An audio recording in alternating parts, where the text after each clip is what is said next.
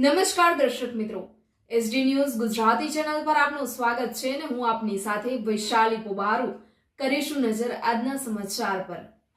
અંકલેશ્વરથી દહેજ ભેંસલી પાસે યુવાનની લાશ મળી આવવાના બનાવમાં હત્યાનો કરાયો ખુલાસો। 4 મહિના પહેલા ભેંસલી નજીક અવાવરૂ સ્થળેથી યુવાનનો મૃતદેહ મળ્યો હતો। લેતી દેતી કારણભૂત ગળું દબાવી મોતને ઘાટ ઉતારી લાશ ભેંસલી નજીક ફેંકી ફરાર થઈ ગયા હતા। દહેજ પોલીસે એક આરોપીને ઝડપી પાડ્યો, અન્ય 4 વોન્ટેડ। દહેજ નજીક આવેલા ભેંસલી ગામની સીમમાં મોડર્ન કંપની પાસે વાવરૂ જગ્યામાંથી સપ્ટેમ્બર મહિનામાં એક યુવાનનો મૃતદેહ મળી આવ્યો હતો, જેનું ગળું દબાવી હત્યા કરાઈ હોવાનું ખુલતા પોલીસે એક આરોપીને ઝડપી પાડી અન્ય 4ને વોન્ટેડ જાહેર કરી ઝડપી પાડવાની કવાયત હાથ ધરી છે।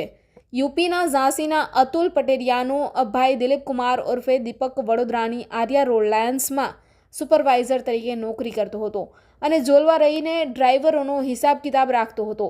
તે અરસામાં ગત 22મી સપ્ટેમ્બરે અતુલના પુત્રનો જન્મદિવસ હોય તેમણે દિલીપને ફોન કર્યો હતો, પરંતુ તે બંધ આવતો હતો। જે બાદ સાંજના સમયે દિલીપ સાથે રહેતા બ્રિજમોહને તેમને ફોન કરીને જણાવ્યું હતું કે 20મી સપ્ટેમ્બરથી દિલીપ ગાયબ છે, તે ગામ આવ્યો છે કે કેમ, તો તે વતનમાં આવ્યો ન હોવાનું તેમણે જણાવ્યું હતું। તે અરસામાં ભેંસલી ગામેથી તેનો મૃતદેહ મળી આવતા અતુલે હત્યાની આશંકા વ્યક્ત કરી દહેજ પોલીસ મથકે ફરિયાદ નોંધાવી હતી, જેમાં પોલીસ તપાસ આગળ ધપાવતા પેનલ પીએમ કરાવવા સાથે સીસીટીવી ફૂટેજ, ટેકનિકલ સર્વેલન્સ તેમજ હ્યુમન સોર્સિંગની મદદ લેવામાં આવી હતી।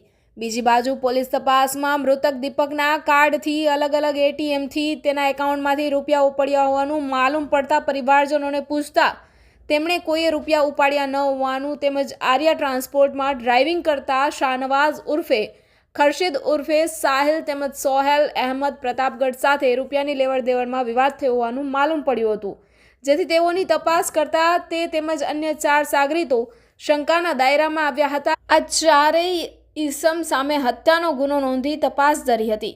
તે દરમિયાન માહિતી મળી હતી કે આરોપીઓ પૈકી એક જોલવામાં ડ્રાઈવરની નોકરી શોધી રહ્યો છે। મળેલ બાતમીના આધારે દહેજ પોલીસે દોડી જઈ મોહમ્મદ અનસને ઝડપી પાડી પૂછપરછ કરતા દીપકની હત્યા તેના અન્ય 4 સાથીદારો સાથે મળી કરી હોવાની કબૂલાત કરી મુંબઈથી પ્લાન બનાવી આવતા દોરડું, રૂમાલ, ચપ્પુ લીધા હોવાનું જણાવી તેના દ્વારા તેને મોતને ઘાટ ઉતારી ભેંસલી ખાતે લાશ ફેંકી મુંબઈ ભાગી ગયા હોવાનું પણ કહેતા પોલીસે તેની અટકાયત કરી રિમાન્ડ માટેની તજવીજ હાથ ધરી અન્ય 4 આરોપીઓને વોન્ટેડ જાહેર કરી ઝડપી પાડવાની કવાયત હાથ ધરી છે। Reporter Jayesh Prajapati, SD news Gujarati, Ankleshwar.